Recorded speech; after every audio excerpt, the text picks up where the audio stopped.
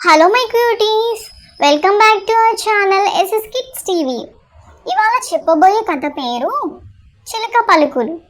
ఒక అడవిలో రావి చెట్టుపై చిలుక తన ఇద్దరి పిల్లలతో ఉండేది.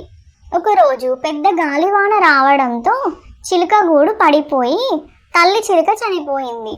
అటుగా వెళ్తున్న ఒక వేటగాడికి ఒక చిలుక పిల్ల దొరికింది. మరొక పిల్ల సమీపంలోని ముని ఆశ్రమంలో పడింది.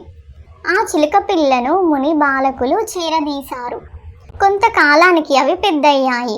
ఒకరోజు ఆ ప్రాంత రాజు అడవిలో వేటకు వెళ్తుండగా వేటగాడి వద్ద పెరిగిన చిలుక రాజును చూసి ఎవడో వస్తున్నాడు, తరిమేయండి వాడిని అంటూ అరిచింది. రాజుకు ఆ చిలుకపై అసహ్యం వేసి ముందుకు కదిలాడు.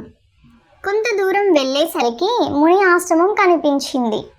అక్కడున్న చిలుక రాజును చూసి, దయచేయండి మహారాజా, మీరు మా ఆశ్రమానికి రావడం చాలా సంతోషం అని ఆహ్వానించింది. అప్పుడు రాజు, ఈ రెండు చిలుకలు చూడడానికి ఒకేలా ఉన్నాయి, కానీ వీటి స్వభావంలో ఎంత తేడా ఉంది అన్నాడు.